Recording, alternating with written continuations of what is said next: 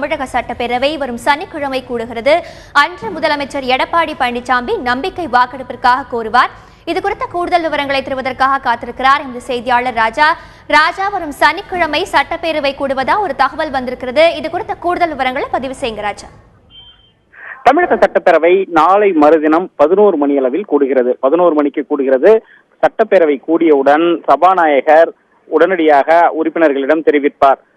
அதாவது முதலமைச்சராக பொறுப்பேற்றுள்ள எடப்பாடி பழனிசாமி நம்பிக்கை கோரும் வாக்கெடுப்பை கோரியுள்ளார், தீர்மானம் கொண்டு வந்துள்ளார் என்று அவர் முதலில் கூறுவார். அதன் பிறகு முதலமைச்சர் எடப்பாடி பழனிசாமி நம்பிக்கை கோரும் தீர்மானத்தில் பேசுவார். அதாவது அவர் பேசும்போது அதிமுகவினுடைய தற்போதைய நிலை என்ன, எதற்காக இந்த இடர்பாடு ஏற்பட்டது மற்றும் கடந்த கால ஆட்சியினுடைய சாதனைகள் என்ன, தற்போதுள்ள சூழலை உறுப்பினர்கள் எப்படி எதிர்கொள்ள வேண்டும், தற்போது தமக்கு ஏற்பட்டுள்ள இந்த நெருக்கடி எதனால் வந்தது என்று விளக்கமாக இந்த கடந்த 7ஆம் தேதியிலிருந்து இன்று வரை நடந்த விஷயங்களை அவர் அதில் பதிவு செய்வார்.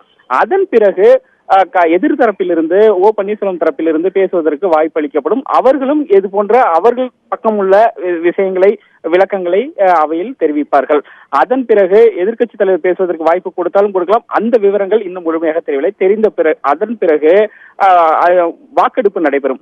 வாக்கெடுப்பு என்பது சபாநாயகர் என்ன நினைக்கிறாரோ அவருடைய அதிகாரத்திற்கு உட்பட்டது. ரகசிய வாக்கெடுப்பும் நடத்தலாம் அல்லது தொகுதி வாக்கு, அதாவது பிளாக் ஓட்டிங் என்று சொல்வார்கள், அந்த மாதிரியான வாக்கெடுப்பும் நடத்தலாம். ரகசிய வாக்கெடுப்பு தான் இவர்கள் கோருவார்கள். ஆனால் அது சபாநாயகருடைய பரிசீலனைக்கு உட்பட்டது, அவருடைய அதிகாரத்திற்கு உட்பட்டது.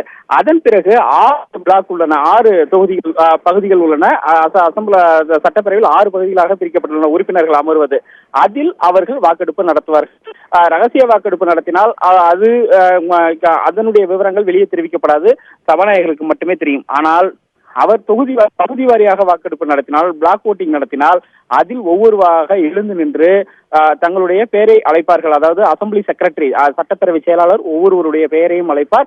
அவர் தன்னுடைய பெயர், தொகுதியினுடைய விவரங்களை குறிப்பார், யாருக்கு வாக்களிக்கிறீர்கள் என்று அவர் முழுமையாக கேட்டறிவார். கேட்டறிந்த பிறகு இறுதியாக நம்பிக்கை கோரும் வாக்கெடுப்பில் யார் வெற்றி பெற்றார் என்ற விவரத்தை சபாநாயகர் தனபால் வெளியிடுவார்.